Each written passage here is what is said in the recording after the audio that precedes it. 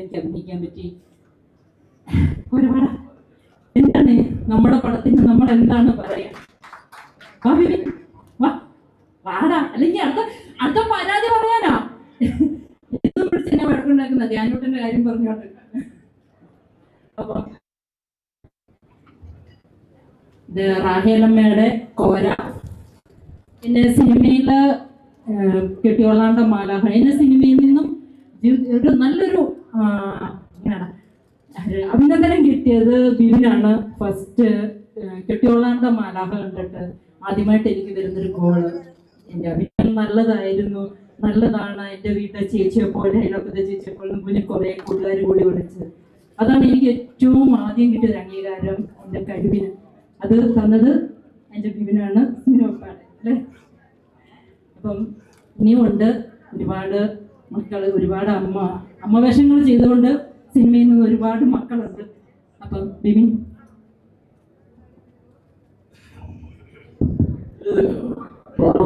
കറക്റ്റാണ്, അതൊന്നുമില്ലല്ലേ? ഓക്കെ, എന്തായാലും വിനയൻ സാറുള്ളപ്പോൾ തന്നെ പറഞ്ഞേക്കാം.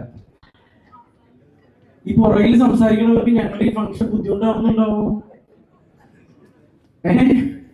എനിക്ക് മനസ്സിലായി, കാരണം കുറെ പേര് കാണാൻ പറ്റുന്നില്ല, അതുകൊണ്ട് തന്നെയാണ് നിങ്ങൾ അവിടെ നിന്ന് ചെറിയ സംസാരിക്കുന്നത്. എന്നാലും ഒന്ന് ശ്രദ്ധിച്ചേക്കുക, നമ്മളിവിടെ വന്നത് ഈ പരിപാടി അറ്റൻഡ് ചെയ്യാനാണല്ലോ, അതിന്റെ പേരിൽ നല്ലൊരു കയ്യടി പുറകിൽ തന്നെ ആദ്യം പറയട്ടെ. അതാണ്. നമസ്കാരം, എല്ലാവർക്കും നമസ്കാരം. എൻ്റെ പ്രിയപ്പെട്ട ഒരുപാട് ആളുകളുണ്ട്. എൻ്റെ മുമ്പിലിരിക്കുന്ന എൻ്റെ ഗുരുജനങ്ങളുണ്ട്, എൻ്റെ പ്രിയപ്പെട്ട അമ്മയുണ്ട്. അമ്മ അവിടെ ഇരിപ്പുണ്ട്, അമ്മ അവിടെ ഇരിപ്പുണ്ട്. കൈവോക്കിയാൽ ചെയ്യും. ആ, അമ്മച്ചി അവിടെ ഇരിപ്പുണ്ട്. ഭാര്യ മോളുണ്ട്. അത് ഓക്കെ. ഞാൻ വളരെ സന്തോഷത്തോടു കൂടി വേദിയിൽ നിൽക്കുകയാണ്. സാറ് പോകുന്നതിന് മുമ്പ് എനിക്ക് ഈ പ്രസംഗിക്കണമെന്ന് എനിക്ക് വലിയൊരു ആഗ്രഹമായിരുന്നു. അതുകൊണ്ട് തന്നെ എൻ്റെ ഉള്ളിൽ എന്നെ വിളിച്ചത് വേറൊന്നുമല്ല, കുഞ്ഞുനാൾ മുതൽ സിനിമയിൽ അഭിനയിക്കണം എന്നുള്ളതിലുപരിയായിട്ട് സിനിമയിൽ നായകനാവണം എന്ന് സ്വപ്നം കണ്ട ആളാണ് ഞാൻ. സാറോട് നേരിട്ട് ഇതിനു മുമ്പ് പറഞ്ഞിട്ടുണ്ട്. അന്നൊക്കെ കുഞ്ഞുനാളിൽ ഇങ്ങനെ ഓരോ സിനിമകൾ കാണുമ്പോൾ ഇത് നമ്മൾക്ക് പറ്റിയ പരിപാടിയല്ല എന്ന് ആളുകൾ നമ്മളെ ബോധ്യപ്പെടുത്തുമല്ലോ, പല രീതിയിൽ, പല വാക്കിൽ, പല സാഹചര്യങ്ങളിൽ. അപ്പോൾ എപ്പോഴും ഒരു പ്രതീക്ഷ എന്ന് പറയുന്നത് ഞാൻ പലപ്പോഴും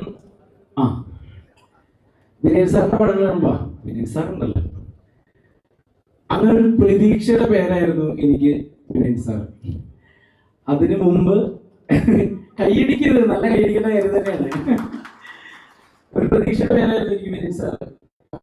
എന്തെങ്കിലും ഒരിക്കൽ അദ്ദേഹം എന്നെ കാണുകയും തിരിച്ചറിയുകയും ഞാൻ അദ്ദേഹത്തിന് ഒരു സിനിമയിൽ നായകനാക്കിയില്ലെങ്കിൽ ഒരു ചെറിയ വേഷം കൂടി തരുമെന്ന്. കാരണം ഈ ചെറിയ വേഷം പോലും സിനിമയിൽ കിട്ടുമോ എന്ന് എനിക്ക് അറിയില്ലായിരുന്നു. അപ്പോ പിന്നീട് എന്നെ ദൈവാനുഗ്രഹത്താല് നാദിർഷിക്ക വഴിയും ഷാഫി സാറ് വഴിയും റാഫി സാറ് വഴിയൊക്കെ സിനിമയിൽ വരികയും അദ്ദേഹത്തിന് പിന്നീട് ഞാൻ നായകനെ അഭിനയിച്ചതിന് ശേഷവും വിളിച്ച് ചാൻസ് വരികയാണ്.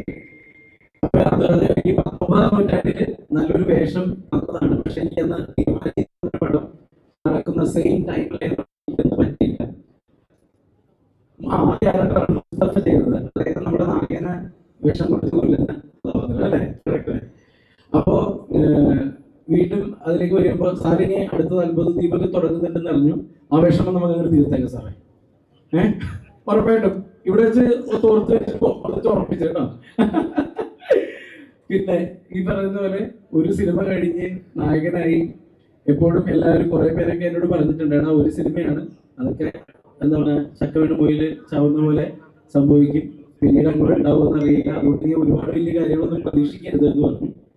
പക്ഷെ ഇവിടുത്തെ ജനങ്ങള്, ഇവിടുത്തെ എന്നെ ഇഷ്ടപ്പെടുന്നവർ, അല്ലെങ്കിൽ എന്നെ വിഷ്ണുവിനെ ഇഷ്ടപ്പെടുന്നവർ വിചാരിച്ചിരുന്ന ഞാൻ തന്നെ ഇത് ഇപ്പൊ എന്റെ 10ാമത്തെ സിനിമയാണ്, നായകനാണ്. നിങ്ങളോടൊക്കെ എത്ര നന്ദി പറഞ്ഞാലും തീരത്തില്ല. അത് ഫ്രം മൈ ഹാർട്ട്, എൻ്റെ ഹൃദയത്തിൽ നിന്നുള്ള നന്ദിയാണ്. ഇനിയും സപ്പോർട്ട് ചെയ്യുക. ഈ സിനിമയിൽ ഞങ്ങളെ അനുഗ്രഹിക്കുക. പിന്നെ ഇതിന്റെ എനിക്ക് ഏറ്റവും കൂടുതൽ പറയാനുള്ളത് രാഹുൽ കല്യാണിന്റെ പേരാണ്. എപ്പോഴും ഒരു സിനിമ ഉണ്ടാവുന്നത് ആ രക്തദാഹത്തിന്റെ മനസ്സിലാണ് എന്നാണ് ഞാൻ വിശ്വസിക്കുന്നത്. അദ്ദേഹമാണ് ആ സിനിമ ജനിപ്പിക്കുന്നത്, അതിൽ നിന്നാണ് പിന്നെ ബാക്കി എല്ലാം എക്സിക്യൂട്ട് ചെയ്യുന്നത്. അപ്പോൾ രാഹുൽ കല്യാൺ ഈ സിനിമയ്ക്ക് വേണ്ടി ഓടിയ ഓട്ടം എന്ന് പറഞ്ഞാൽ അത്രയുണ്ട്. അത്രയും കഷ്ടപ്പെട്ടിട്ടാണ് ഈ സിനിമ അദ്ദേഹം വർക്കൗട്ടാക്കി എടുത്തത്.